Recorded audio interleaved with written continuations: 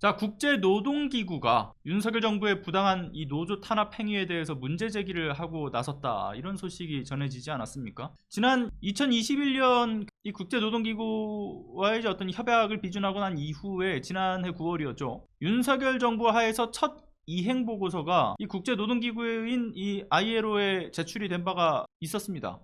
근데 이를 ILO가 이 회원국들이 정상적으로 이걸 협약을 이행하고 있는지 그거를 감독하는 전문위원회가 있거든요. 협약 권고 적용 전문가위원회인데 여기서 검토를 했어요. 그리고 그 결과가 어제인 28일에 이제 의견이 나왔다라는 거죠. 그래서 내놓은 의견이 뭐였냐면 한국 정부가 노조법에 대한 검토를 해라, 이런 직접 요청 의견을 개진했다라는 거예요. 그러니까 윤석열 정부의 노조 탄압 행위를 멈추는, 그러니까 사실상 직접적인 조처를 하라는 요청이 담겨 있었고요. 참고로 ILO의 이 직접 요청이라고 하는 거는요, 본래라면 기술적인 부분에 있어서의 질문을 더하거나, 그러니까 또는 추가 정보를 달라는 요청에 지나지 않는다라고 하는데, 그런데 이번에 ILO가 이 명시한 요청은 좀 달랐습니다. 명칭은 직접 요청인데 사실상 우리나라가 21년에 비준했던 결사의 자유 협약에 맞도록 개정을 하라, 이런 구체적인 요청이었던 거죠. 일단 핵심적인 골자 중에 하나는 뭐냐면, 지난해 윤석열 정부가 노동개혁이라는 명분에 왜 노조에 비치된 회계장부 이거를 3년치를 비치하도록 했던 점이라든가, 거기에 더해서 의무적으로 이걸 점검하는 내용을 담고 있었잖아요. 근데 이걸 만약에 어긴다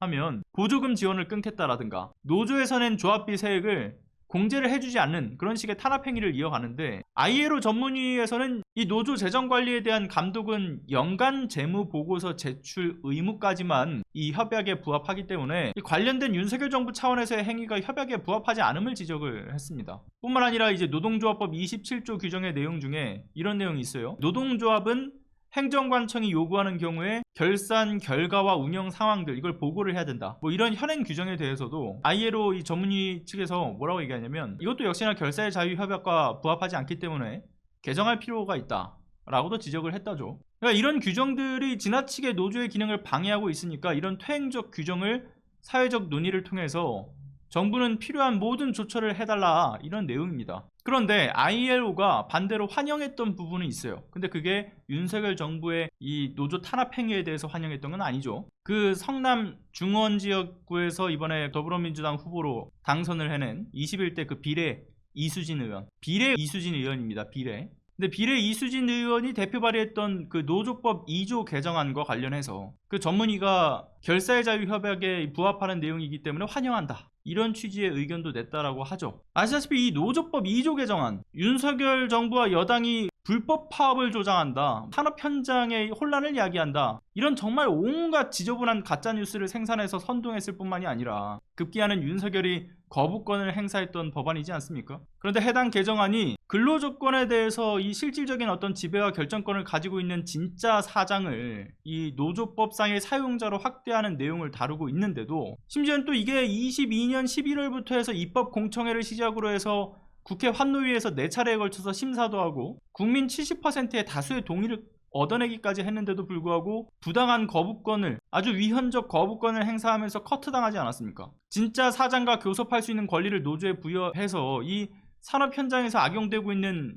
원하청 간의 이중구조와 이 불평등 문제를 실제적으로 해결되는데 도움이 되는 법안인데도 이걸 무리하게 거부권을 행사했던 것, 전문위는 이에 대해서도 지금 부당하게 윤석열 정부가 경제와 사회정책과 관련된 파업과 동조파업, 이에 대해서 이제 불법이라고 해왔던 것인데, 합법적 파업의 어떤 목적, 그 범위가 확대되는 개정이기 때문에 이거 적절하다, 매우 환영한다라는 입장을 늦었지만 지금이라도 내놓은 겁니다. 그럼 반대로 이제 돌려서 얘기하면, 역시나 이 윤석열 정부의, 그리고 윤석열의 어떤 거부권 행사는 이건 역시나 협약에 위배된다라는 반대의 지적도 뒤따라올 수 있는 부분인 거고요. 참고로 지금까지 윤석열 정부와 여당은 국제사회의 목소리에 계속 역행을 해오지 않았습니까? 최근 이런 행위에 대한 비판적 목소리는 근데 ILO의 요청뿐만이 아니었죠. 지난 24일에서 25일 사이에 그 스위스 제네바에서 열렸던 세계 중앙집행위원회에서 140여 개국의 그 제조업 노조가 속해 있는 인더스트리올이 한국 정부가 비준한 국제노동기구 협약에 대해서 이행하지 않는 것을 두고서 뭐라고 얘기하냐면,